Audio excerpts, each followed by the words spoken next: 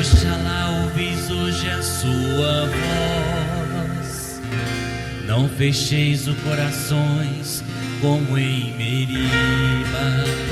Louvor e glória a ti, Senhor, Cristo, palavra de Deus, Cristo, palavra de Deus. O Senhor esteja convosco. Ele está no meio de nós. Proclamação do Evangelho de Jesus Cristo segundo Mateus. Glória a vós, Senhor.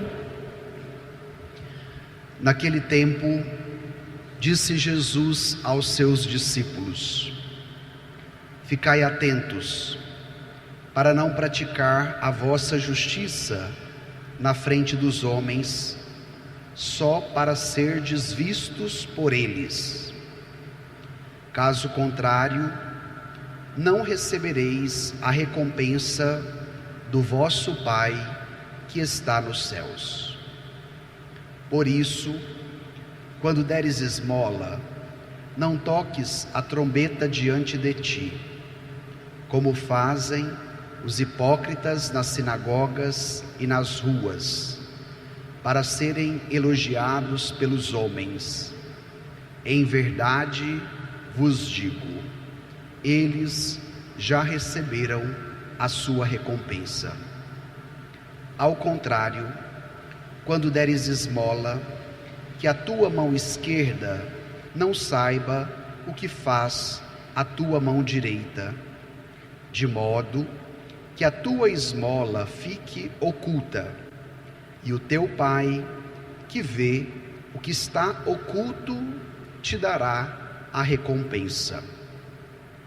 Quando orardes, não sejais como os hipócritas, que gostam de rezar em pé nas sinagogas e nas esquinas das praças, para serem vistos pelos homens. Em verdade vos digo, eles já receberam a sua recompensa. Ao contrário, quando tu orares, entra no teu quarto, fecha a porta e reza ao teu Pai que está oculto, e o teu Pai, que vê o que está escondido, te dará a recompensa. Quando jejuardes, não fiqueis com o rosto triste, como os hipócritas. Eles desfiguram o rosto, para que os homens vejam que estão jejuando. Em verdade vos digo, eles já receberam a sua recompensa. Tu, porém, quando jejuares, perfuma a cabeça e lava o rosto, para que os homens não vejam que tu estás jejuando, mas somente teu Pai que está oculto, e o teu Pai que vê o que está escondido, te dará a recompensa. Palavra da salvação. Glória a vós, Senhor. Misericórdia, ó Senhor, pois pecamos. Irmãos e irmãs, hoje celebramos a quarta-feira de cinzas, dando início ao tempo litúrgico da Quaresma. E daqui a pouco nós teremos um rito muito simbólico, onde a cinza será imposta sobre a nossa cabeça. Antigamente nós não tínhamos tantos recursos de supermercado, de produtos de limpeza, como nós temos hoje. E quando você queria fazer um sabão forte para limpar a sujeira da casa, das roupas, você fazia o sabão de quadro, que era aquele sabão que precisava das cinzas para que o sabão ficasse consistente. Por que eu quero trazer este exemplo? Porque as cinzas é um agente de limpeza. nesta quaresma, as cinzas que vão ser impostas sobre a nossa cabeça precisa nos levar à consciência que todos nós, começando por aquele que vos fala, precisamos de uma lavagem da nossa alma, de uma limpeza do nosso coração. E as cinzas devem invocar na vida do cristão o desejo de limpeza interior, o desejo de purificação do nosso coração. As cinzas também evocam a nossa fragilidade. Tu viestes do pó e um dia ao pó voltará. Quando você receber as cinzas sobre a sua cabeça, não permita com que este ato seja apenas um ato de superstição,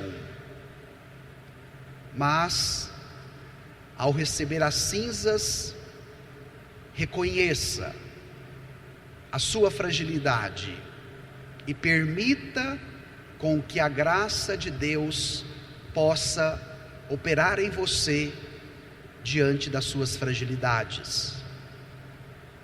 E por fim, o foco principal do itinerário que nós faremos de hoje até o domingo de Ramos é a Páscoa. O rito das cinzas só faz sentido se o objetivo final for a celebração da ressurreição de Jesus na Páscoa. E eu quero convidar todos vocês nesta quaresma, não fique estagnado apenas na quarta-feira de cinzas, mas permita que a quarta-feira de cinzas seja uma alavanca na sua vida espiritual para te remeter, para te ajudar a chegar onde? Na Páscoa, na ressurreição de Jesus. E é nesse sentido que vem a palavra de Deus ao nosso encontro. A primeira leitura que nós ouvimos, retirada do Antigo Testamento do profeta Joel, nos disse: voltai para mim, assim diz o Senhor, com todo o vosso coração, com jejuns, lágrimas e gemidos. Rasgai o coração e não as vestes, e voltai para o Senhor vosso Deus, pois Ele é benigno, compassivo, paciente e cheio de misericórdia, inclinado a perdoar o castigo. Olha como esse trecho da primeira leitura é forte. Quer convidar a mim e a você nesta quaresma a voltarmos ao Senhor de todo o nosso coração. Não rasgar apenas as vestes como sinal de arrependimento, isso era muito comum entre os judeus. Mas a palavra quer que nós rasguemos o coração e voltemos ao Senhor, como o filho pródigo, porque o Senhor nos espera, e nos espera porque Ele é bom, porque Ele é compassivo, porque Ele é paciente, porque Ele é cheio de misericórdia.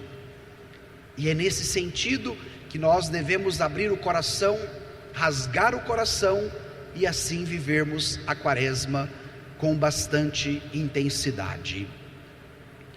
No Evangelho de hoje, Jesus provoca os seus discípulos à vivência de 3 práticas que já eram comuns entre os judeus: a esmola, a oração e o jejum. Mas por que Jesus retoma estas 3 práticas que os judeus já faziam?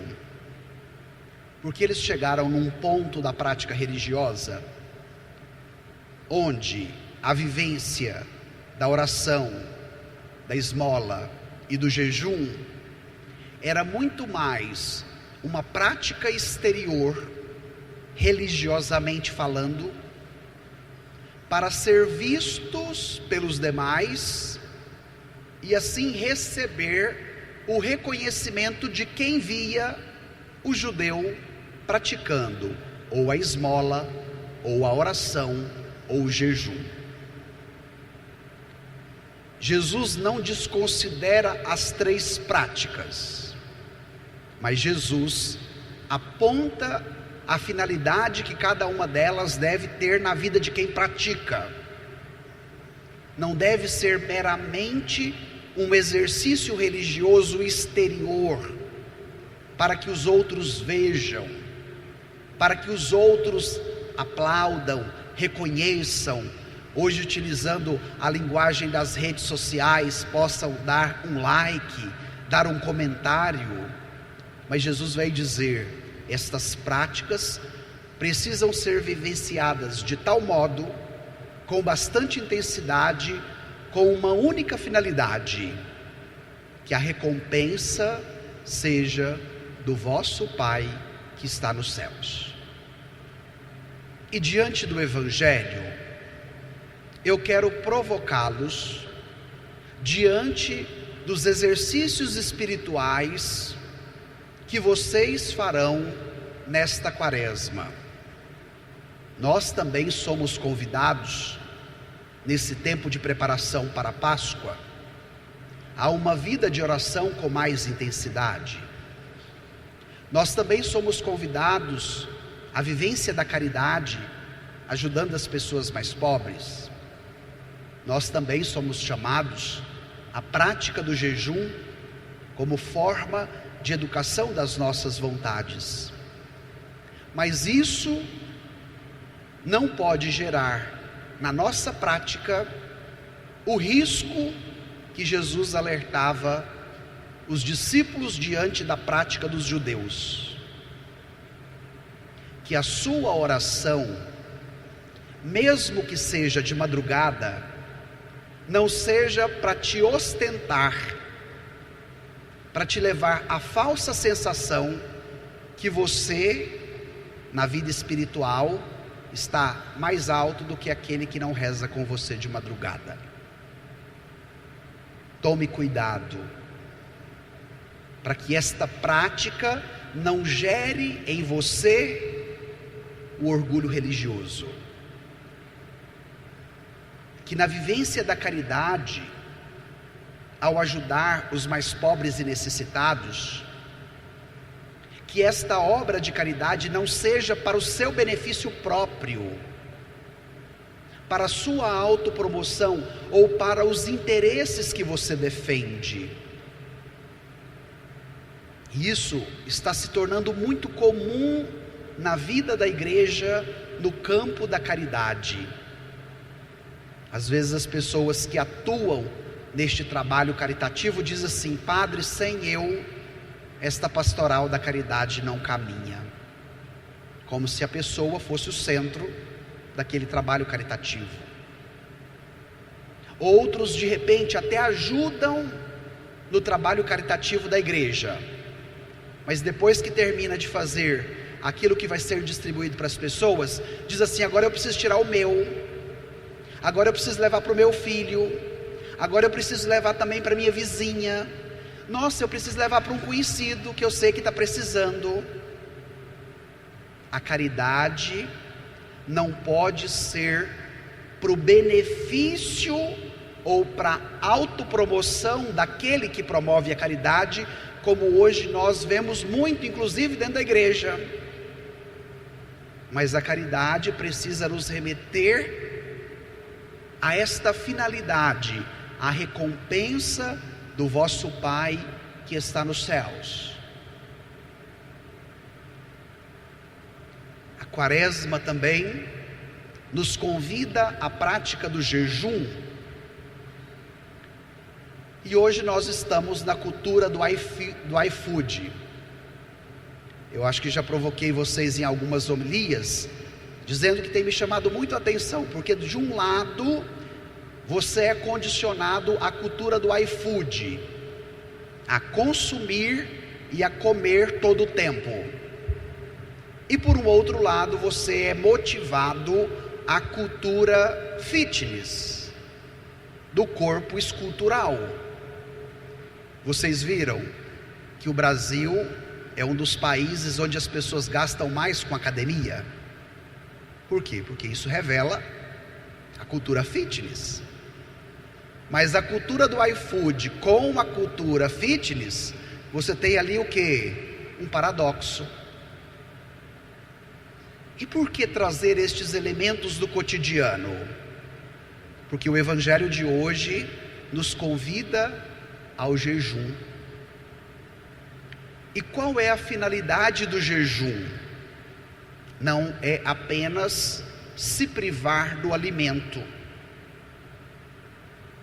O se privar do alimento possui uma finalidade mais profunda na vida de quem jejuma. E sabe qual é a finalidade do jejum? Educar as nossas vontades desordenadas.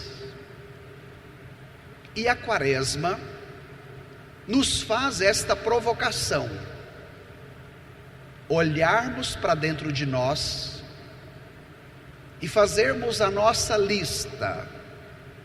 Quais são as minhas vontades desordenadas, que muitas vezes me dominam, me controlam? E diante da sua lista, utilize esta prática espiritual, não para você emagrecer e ficar mais bonito na Quaresma, não para você economizar porque você não está gastando com esta comida e resolver o seu problema econômico, não. Mas faça a prática do jejum com esta seguinte finalidade: educar as minhas vontades desordenadas que têm o domínio sobre mim e que muitas vezes me levam a uma vida desordenada. A pedagogia da palavra, a oração, alimenta a minha relação com Deus. A esmola, a caridade, me torna mais sensível diante da dor e do sofrimento do meu irmão que padece. E por isso eu também ajudo. O jejum como forma espiritual de educação das vontades desordenadas que me levam a uma vida desordenada. E aquilo que de repente você economizará no seu jejum pode ajudar uma pessoa mais pobre, pode ajudar uma família carente, pode auxiliar um idoso doente que de repente não tem condições de comprar o seu remédio. Permita com que nesta manhã de quarta-feira de cinzas, o Evangelho te ajude na prática da oração, na prática da caridade, na prática do jejum. Relação com Deus, oração, relação comigo, o jejum, relação com os outros, a caridade, a esmola. E por isso o movimento quaresmal é completo, porque quer nos preparar para a Páscoa. Repito, não estacione na quarta-feira de cinzas, mas permita com que as cinzas que você vai receber agora sobre a sua cabeça te alavanque e te leve até onde? A Páscoa. E nesse sentido, ao se preparar para a Páscoa, deixe com que a oração, a caridade e o jejum faça parte da sua vida. Com qual objetivo? Para receber a recompensa do vosso Pai que está nos céus. O Evangelho de hoje quer nos vacinar contra um vírus muito atual, o vírus da visibilidade, de querer ser visto, reconhecido e recompensado pelos outros. Permita que com estas práticas você receba a recompensa do vosso Pai que está nos céus. Agora, com profunda piedade, nós vamos acompanhar o rito de bênção das cinzas, que vão sobre as nossas cabeças. Precisam nos ajudar a viver bem a nossa quaresma, para que a gente chegue na Páscoa. E ao receber as cinzas, você vai ouvir um trecho da palavra que te dirá: convertei-vos e crede no Evangelho. Faça da quaresma de 2026 um tempo de conversão na sua vida, um tempo de volta para o Senhor, um tempo no qual você vai se alimentar da sua palavra, do seu Evangelho, que é força diante das nossas fraquezas. Fiquemos todos de pé. Caros irmãos e irmãs, supliquemos a Deus Pai que se digne abençoar com a riqueza da sua graça estas cinzas que vamos colocar sobre as nossas cabeças em sinal de penitência. Ó Deus, que vos deixeis comover pelos que se humilham e vos reconciliais com os que reparam suas faltas, inclinai com bondade o vosso ouvido às nossas súplicas, derramai propício a graça da vossa bênção sobre os fiéis que vão receber estas cinzas, para que, prosseguindo na observância da quaresma, mereçam chegar de coração purificado à celebração do mistério pascal do vosso Filho, que vive e reina pelos séculos dos séculos.